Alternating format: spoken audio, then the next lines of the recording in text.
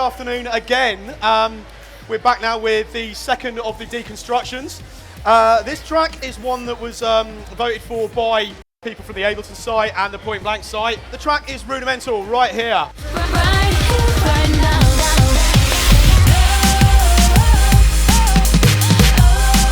One of those things I get asked quite a lot about is the whole drum and bass line drums thing.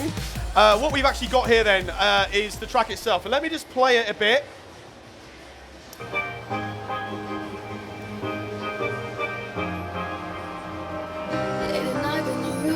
Now, essentially, let me just start that one again. Very unusual this, steel drum solo. Don't get many of those in drum and bass tracks. So the first thing that we're looking for here is not the sort of sound that you can kind of recreate using analog. So what I've actually gone and done with it is find the sample. I'm going to give you a quick run through of where we've gone and then kind of my interpretation of it. Big drums. Big drums. Now what you can notice as well in there, what's going to be coming in a second. Let me just give you a bit more volume. Big sub bass, 808 style, lots of pitch envelope on it, giving it the punch. That kind of bit that you want to let it cut through. Bit of the amen break.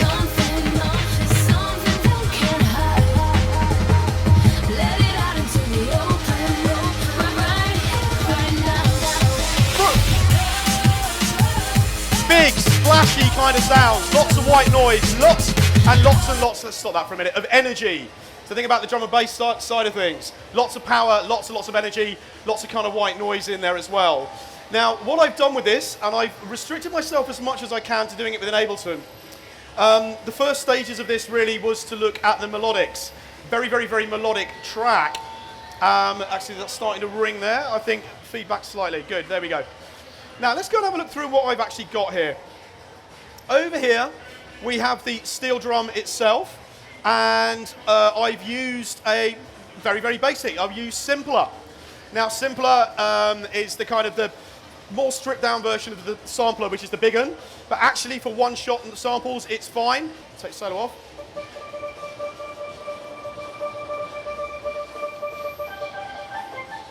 So the first thing we've got here is the steel drum, literally just dragged and dropped. A bit of auto filtering just to take a little bit of brightness out of it, and then a delay on the end. Now, one of the things that got me about this track, there we go, it's carnival time, I'm going to say, right? So we've got the first step in there, and essentially what I've done with it is work out the notes. Those of you that saw the deconstruction earlier on would have seen, I mean, I'm not much of a keyboard player, but these three fingers have got me this far, right? So I'm going to work my way through it and work the chords out. Now, also in here, you'll notice that there is a piano. Now, I've used Ableton's grand piano for this. So essentially, very simple chord pattern with a deviation of a root note here in the second part of it, giving it a different flavour. It's quite simple, this, but you know, those of you that saw this earlier on know simplicity is the key to all of this. So that's the kind of the very basic one of that. Now the other side to this,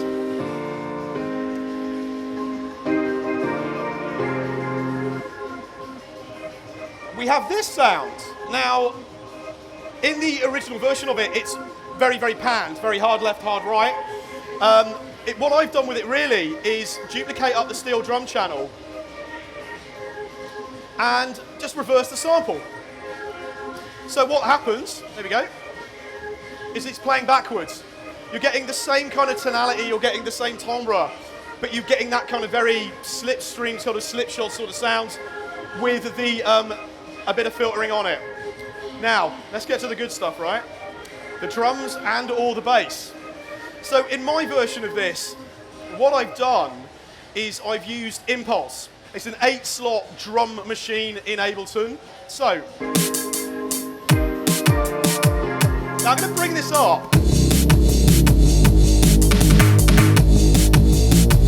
Got the bass line out for a minute. And let's have a look at how these drums have actually been put together.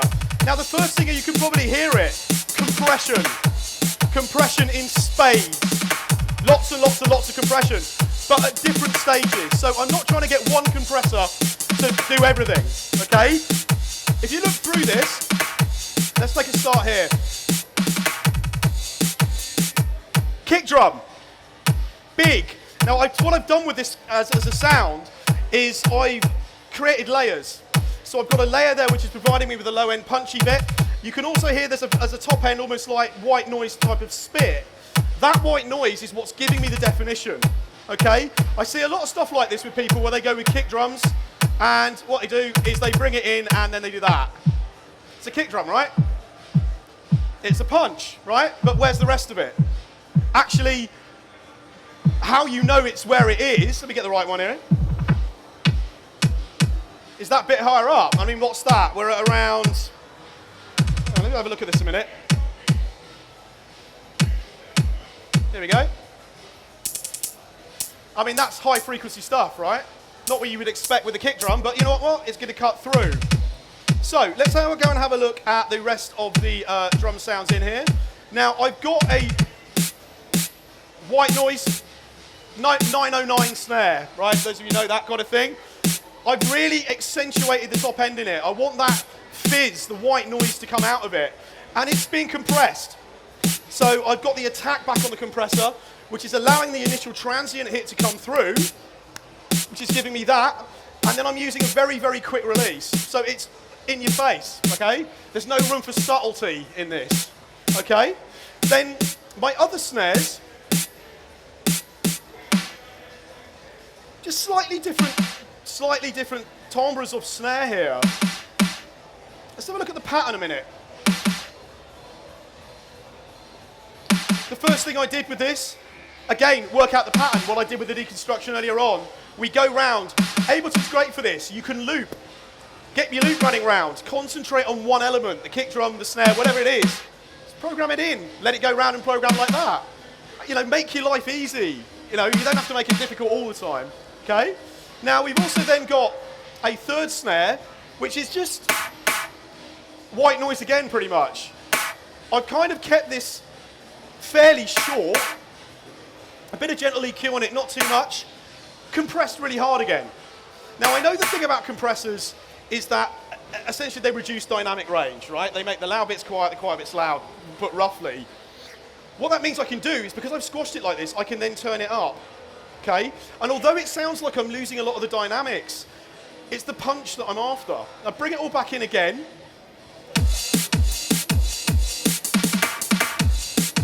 Now, I've also got on here a kind of a splash, which is, where I can find it a minute. Here we go. The amen break. Okay? I'm not using the whole thing. I'm not actually even using much of it as a kick drum. I've used the EQ3 to remove all of the low frequencies. All this is doing is adding another layer. It's adding an energy to the top of the track, which is kind of what I'm after. And that's just following the kick pattern. Now, I'm also making a lot of use of grouping. So, for example, the kick and the snare, I'll run into, guess what, a compressor. Actually quite gentle this, a little bit of bus compression, I'm just gluing, hence the glue. Little bit of a gel, you know what I mean? I don't want too much of it, I just want it to bring everything together, make it all sound like it's roughly the same thing. And then that is then running into my main drum bus, and I've got to be honest, I've cheated a little bit. The saturator, quite cool for this. All it's actually doing is driving the channel. Let me remove these a minute, and you'll see what I mean. Where's it gone? Right?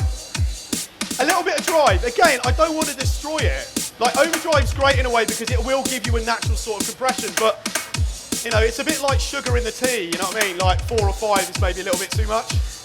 Now, that doesn't work for me either. Anyway, let's move on. Let me bring that back in again. Really hear how it's bringing that snare out. Okay? And then I'm compressing again really, really, really hard. Now, when we actually look at the metering on this, it's consistent. I'm not getting any spikes. You know, it means I can turn it up. You know what I mean? I know that I'm not going to get anything that's going to let the whole thing peak and above. Now, again, I should probably admit that I'm using another little plugin here. I don't know if you're aware of this one. This isn't the Ableton plugin. The sausage fattener, yeah, let me hear it for the sausage fattener. There you go, the best 25 quid you can spend, basically. Happy little fella. And again, all I'm doing with this is squashing the life out of it. Let me just bypass it and see what I mean. Very, very subtle. There we go. So again, lots and lots of different levels and layers of compression. I'm not trying to get one compressor to do everything, okay? And it's enabling me to make the sound bigger at each stage, which then means that by the time I get to the kind of where I want with it, it's as big as I can get it. Now, the bass line.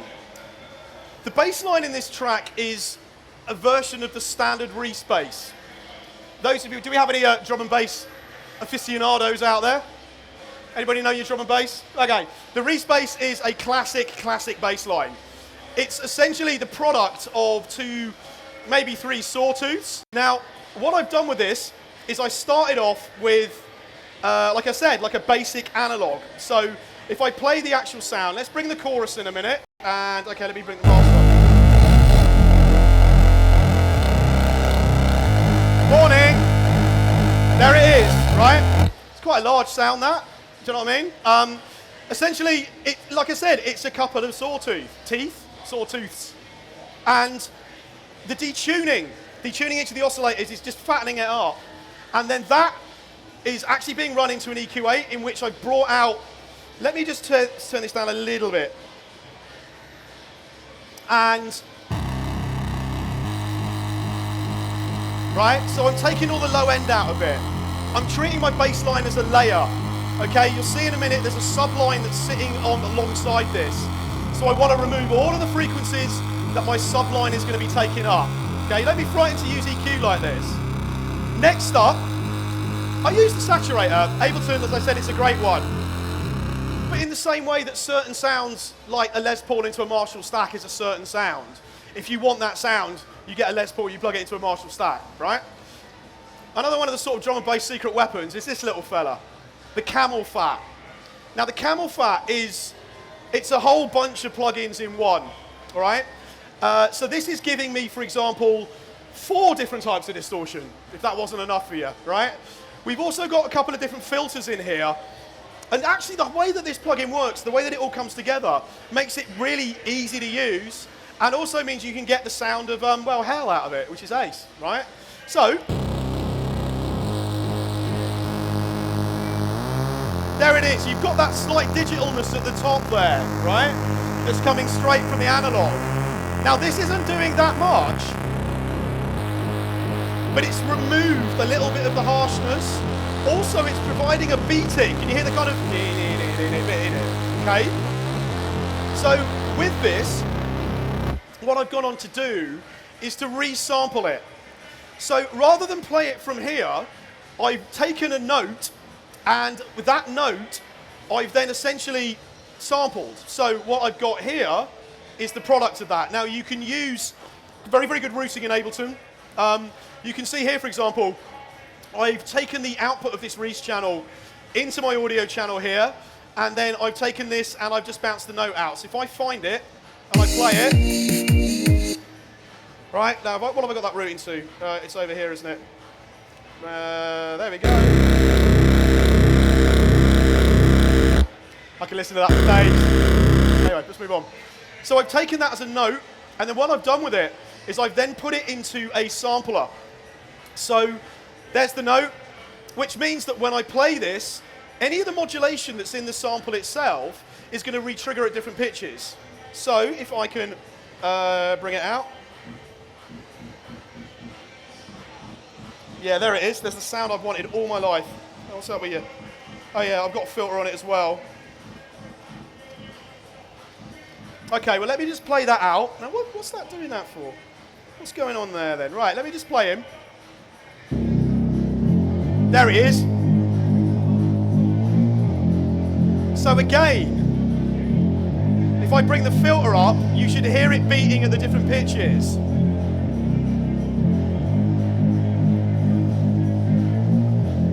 subtle thing, but it's a very different effect than actually just playing the notes straight from analog.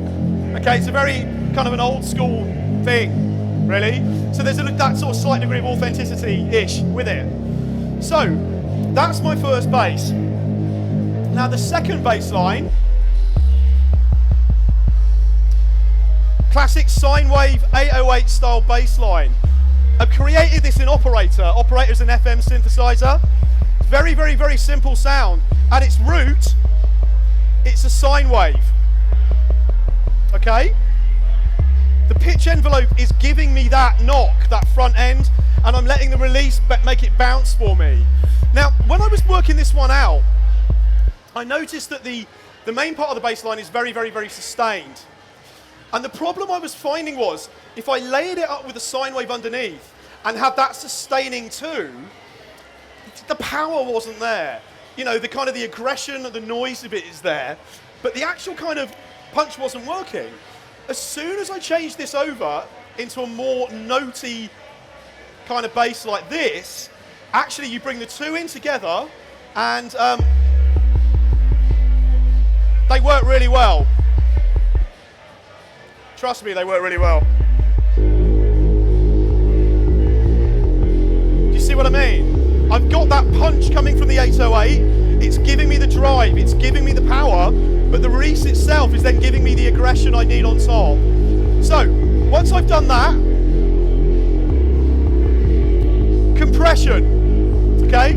I was kind of playing around with the multi-bands. I'm not a fan of them. It's very easy to mess things up. So again, I'm going to keep the thing simple. So let me just bring it in with the beats.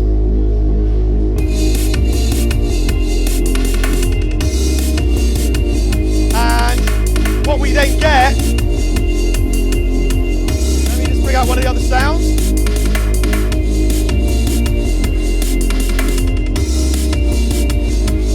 Let me take the organ out for a minute.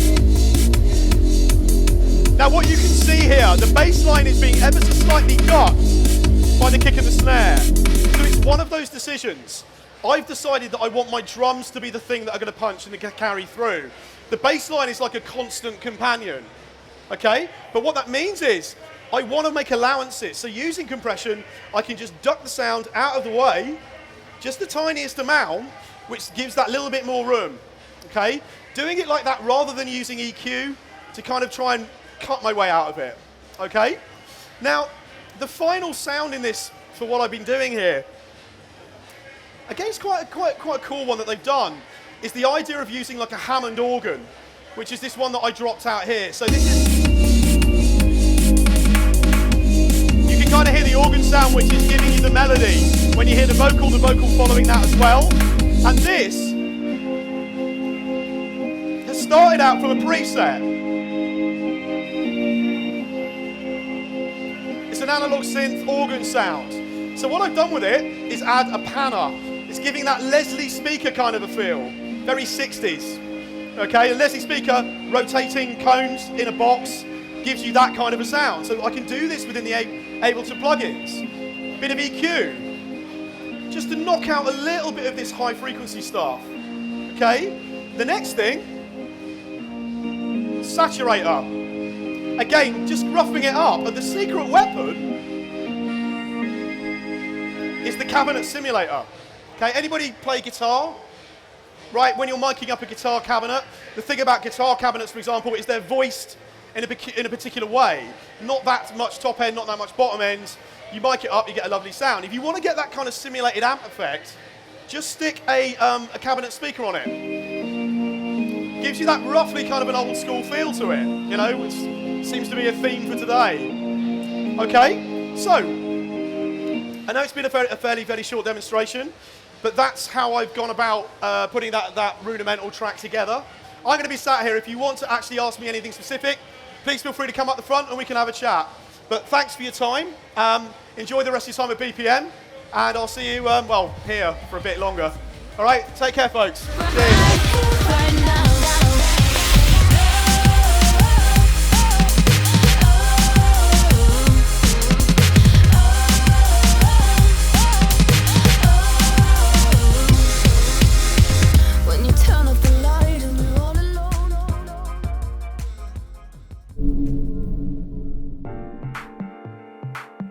Point Blank Online, you've got two methods of interaction with your tutor. Firstly, you've got the weekly online masterclass, which is in real time. And then also we've got feedback on your assignments, and that's known as DVR. So the online masterclass is a 1-hour session you get with your tutor every week.